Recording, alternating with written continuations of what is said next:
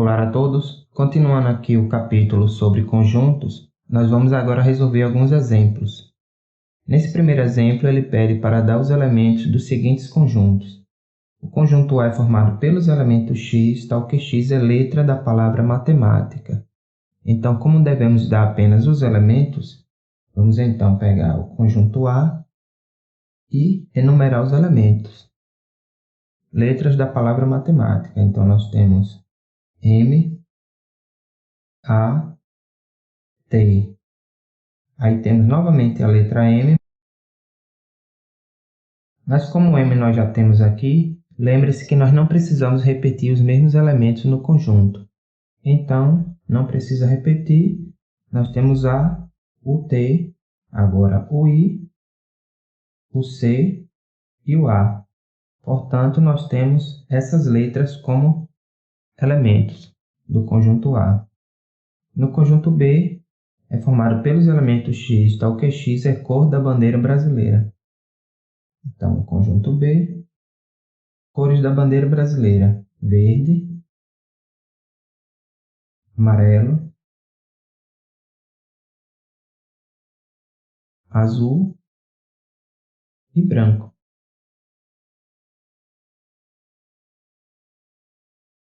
E no conjunto C, os elementos x, tal que x é nome do estado brasileiro que começa com a letra A. Então, C, nós temos Amapá, Amazonas,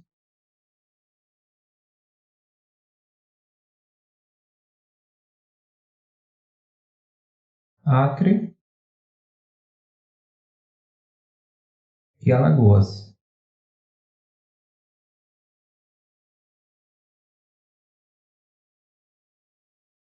Nesse segundo, nós devemos escrever por meio de uma propriedade característica dos elementos, os conjuntos abaixo. Então, na letra A, nós temos 0, 2, 4, 6, 8 em diante. Ou seja, esse conjunto A aqui ele é formado pelos elementos x, tal que x é par, é um número par natural. Número natural par. Podem ver que aqui são todos os números naturais pares. Na letra B nós temos 0, 1, 2, 3, 4, 5 até 9.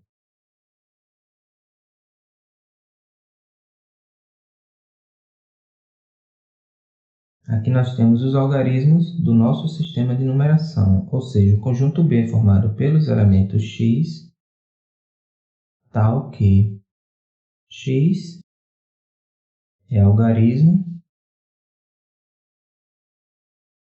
do nosso alfabeto.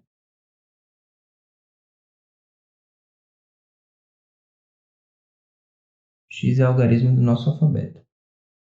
E na letra C, conjunto C aqui, ele é formado pelos elementos x, Rio de Janeiro e Salvador. Então, x é ex-capital do Brasil. Ex-capital do Brasil.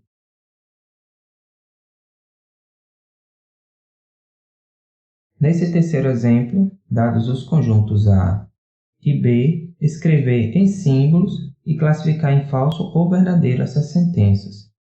Então, veja que na letra A ele diz 3 é elemento de A, ou seja, 3 pertence ao conjunto A. Aí nós observamos, 3 pertence ao conjunto A? Sim. Então, essa sentença é verdadeira. Na letra B, 1 não está em B, ou seja, 1 não pertence ao conjunto B. Veja que 1 realmente não pertence ao conjunto B. Então, sentença verdadeira. No C, B é parte de A. Aí nós observamos aqui, B está contido em A. Quando é de conjunto para conjunto, usamos o símbolo de inclusão. Então, B está contido em A. Para que B esteja contido em A, é preciso que todos os elementos de B pertençam também a A. E isso é verdade, já que 2 e 4 pertencem a B e também pertencem a A. Sentença verdadeira. No D, ele fala B é igual a A. B é igual a A. Falso, já que para que B fosse igual a A, é preciso que todos os elementos de B fossem os mesmos elementos de A. E isso não é verdade. E por fim, 4 pertence a B. 4 pertence a B.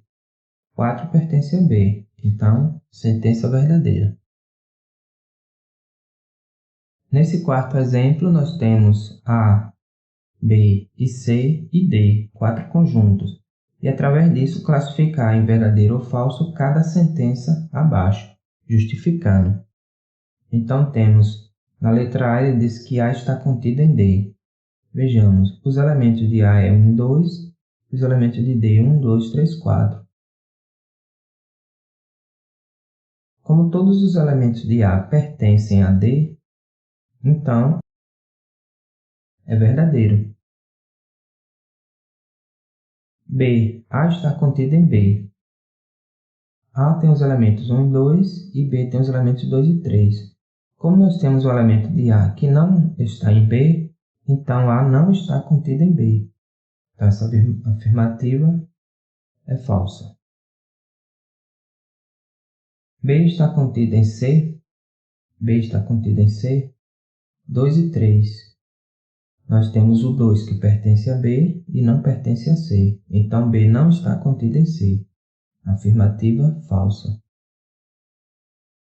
D contém B. Lembre-se que aqui o símbolo de contém é o mesmo que está contido, só que em sentido contrário. Se D contém B, B está contido em D. Então vejamos.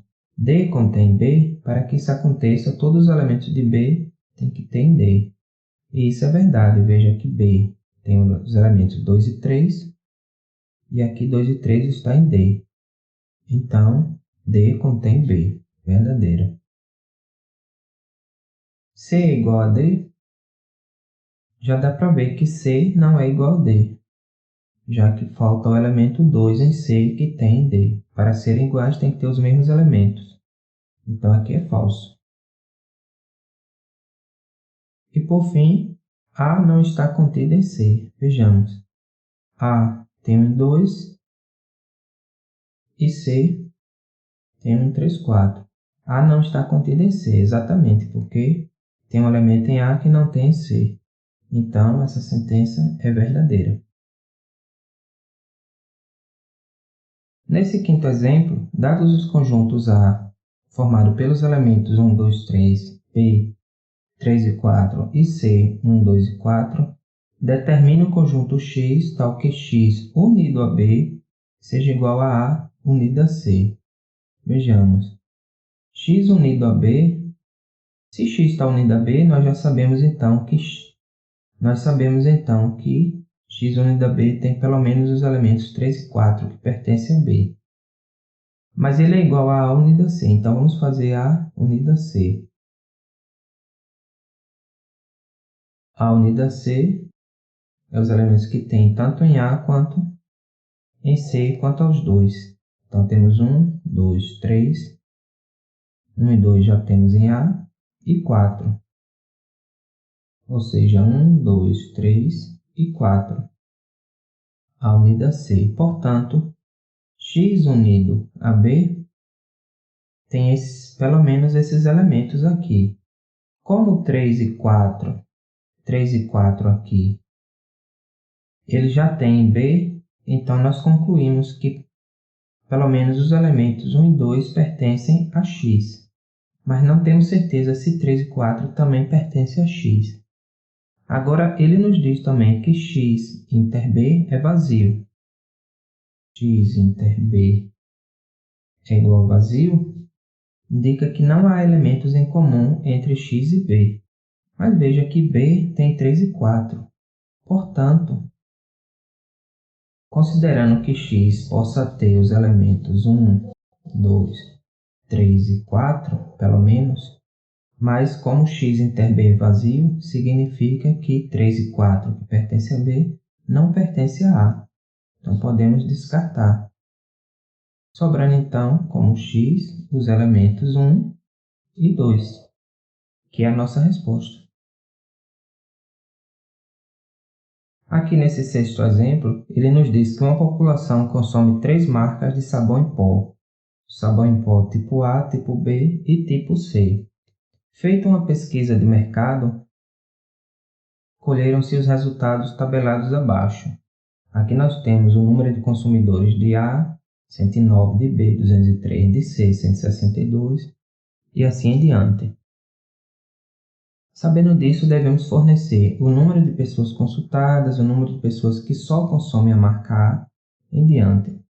Quando pegamos questões desse tipo, muito comum cair em vestibulares, no Enem e até em concursos públicos, nós não podemos considerar que, por exemplo, o número de pessoas consultadas nós não devemos somar todos os valores, porque não dá os valores exatos.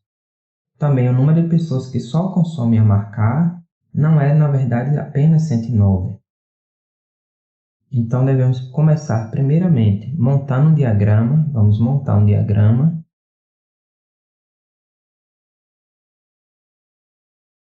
Um diagrama para o conjunto A, outro para o conjunto B e outro para o conjunto C. E a partir daqui nós devemos considerar o seguinte: essa partezinha aqui, ela representa a junção de A com B com C. Essa parte aqui representa B com C, essa daqui A com B e essa A com C. Então, sempre devemos começar primeiramente com as intersecções gerais, que é essa parte aqui, que a questão nos diz que A, B e C são 5 pessoas. Então, vamos colocar 5 aqui. Consome as marcas de sabão em pó A, B e C. Daí, nós vamos começar com as intersecções entre dois conjuntos, no caso A e B, B e C e A e C. C e A, ele nos diz que são 28 pessoas que consomem as marcas de sabão em pó C e A. Ou seja, C e A é essa parte aqui.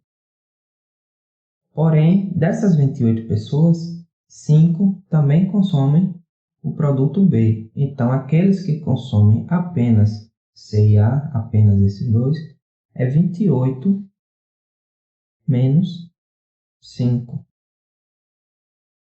Devemos subtrair as intersecções. 28 menos 5 dá 23. Veja que C e A são 28. 23 que consomem apenas C e A e 5 que, além de consumir as marcas de sabão em pó C e A, também consomem a marca de sabão em pó B. Da mesma forma, vamos fazer com os outros. B e C aqui, são 41. Desses 41, temos que tirar 5. 41 menos 5, então aqui dá 23, aqui dá 36. 36 mais 5, 41. B e C. E A e B. A e B são 25. Então, 25 menos 5 dá 20. Então, dos 25 aqui, 20 consomem apenas A e B e 5, além de A e B, também o produto C. E por fim, que nós já temos todas as intersecções, agora sim nós vamos para as marcas A, B e C para encontrar apenas as partes que são exclusivas de cada conjunto.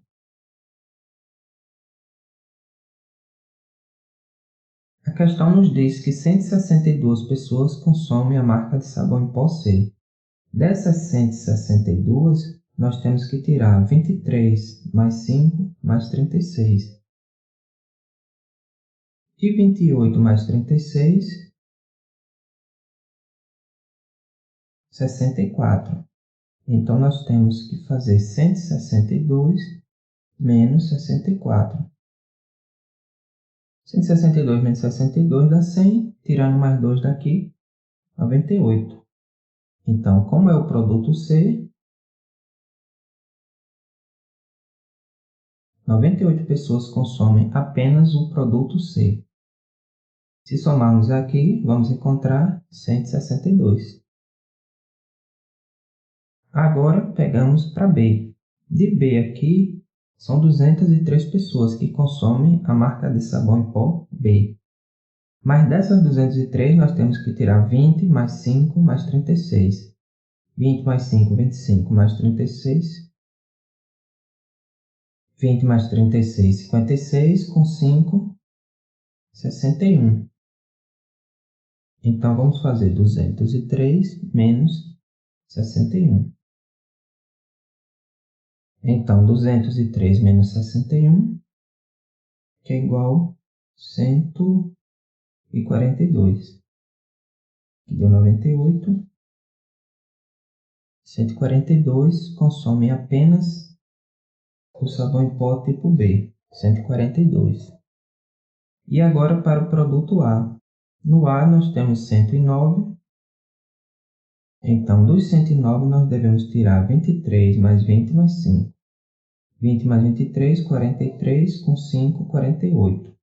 Então, são 109 menos 48. Então, 109 menos 48, 61. Pronto, agora que nós montamos aqui, devemos lembrar também que todos esses conjuntos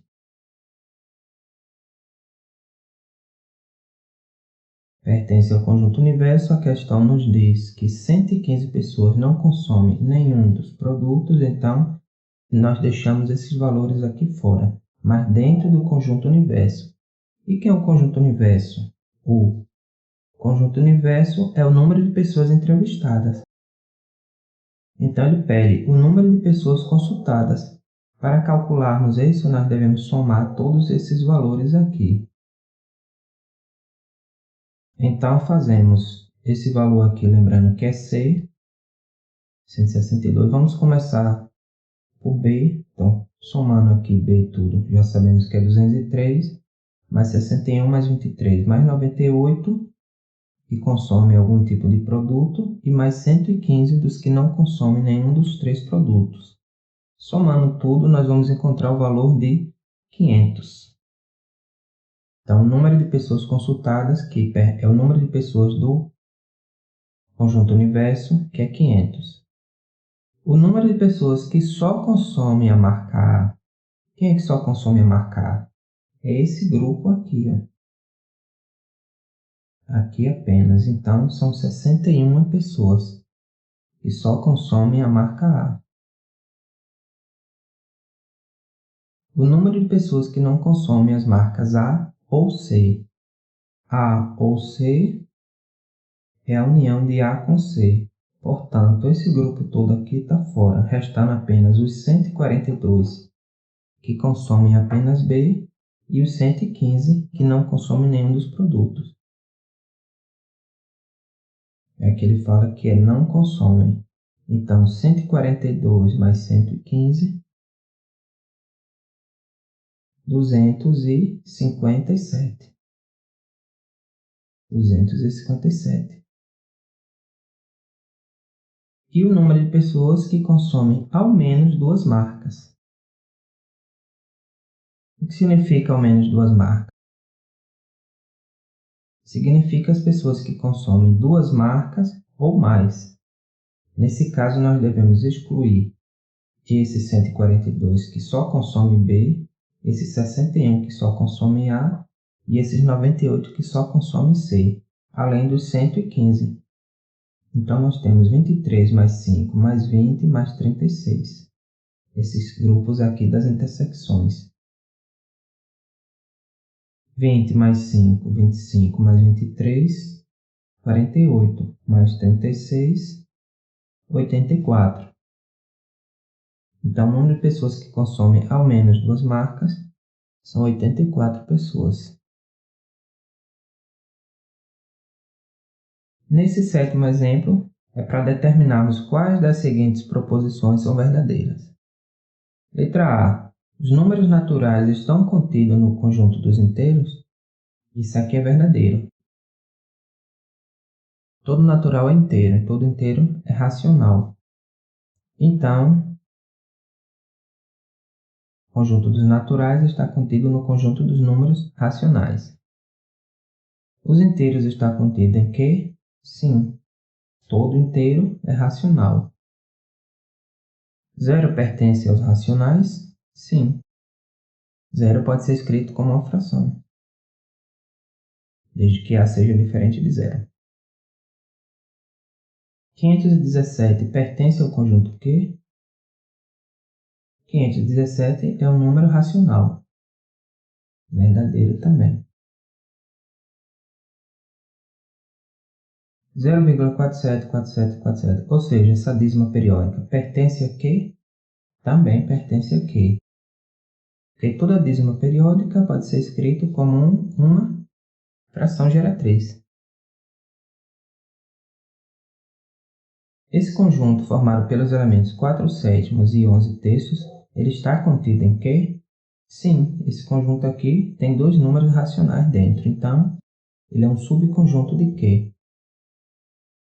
1 pertence a Q menos E, ou seja, se tivermos os racionais eliminando os inteiros, ficará apenas os racionais fracionários, decimais, etc.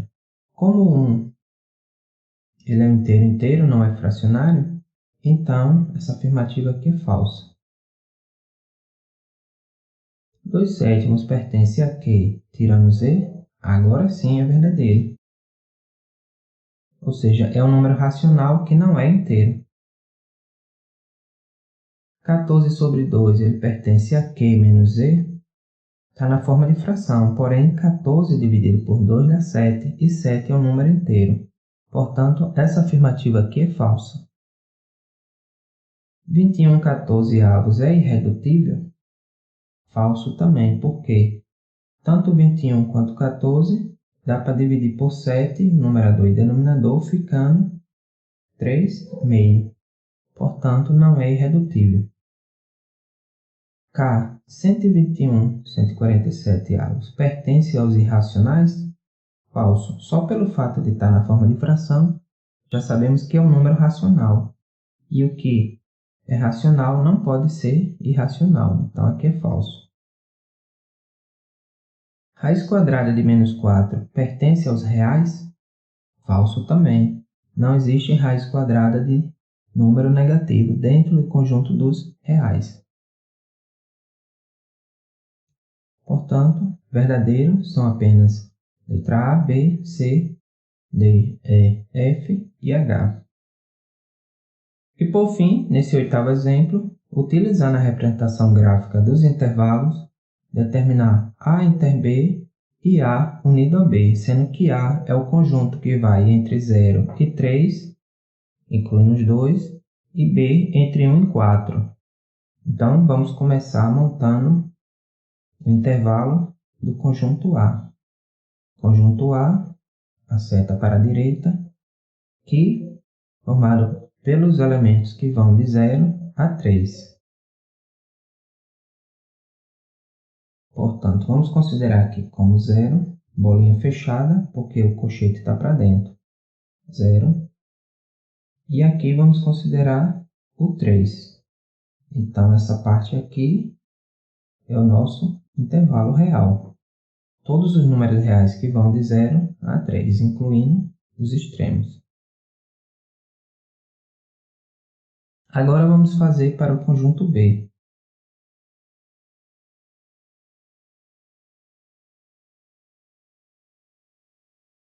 O B são os números reais que vão de 1 a 4.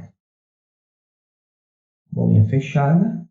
Aqui vamos colocar 1, lembrando que 1 tem que ficar depois do 0 e antes do 3. Então, aqui é 1 e 4. Colocar o 4, obviamente, depois do 3. Então, todos os números reais de 1 a 4.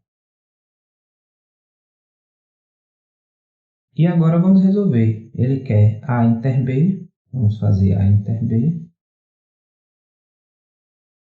A inter B. Portanto, lembrando que intersecção é os números que pertencem aos dois conjuntos ao mesmo tempo. Logo, que nós temos do 1 ao 3. Por quê? Antes do 1 só pertence ao conjunto A. E depois do 3 só pertence ao conjunto B. Então, a intersecção é os números que vão de 1 a 3. Colocando aqui 1 e 3 em notação de intervalo. E agora, fazendo também a união. A unido a B. No caso de A unido a B, são os elementos que pertencem aos dois conjuntos ao mesmo tempo. Então, vai de 0 a 3, como 3 faz parte de B, continua até 4. Então, nós temos os números reais que vão de 3, de 0 a 4.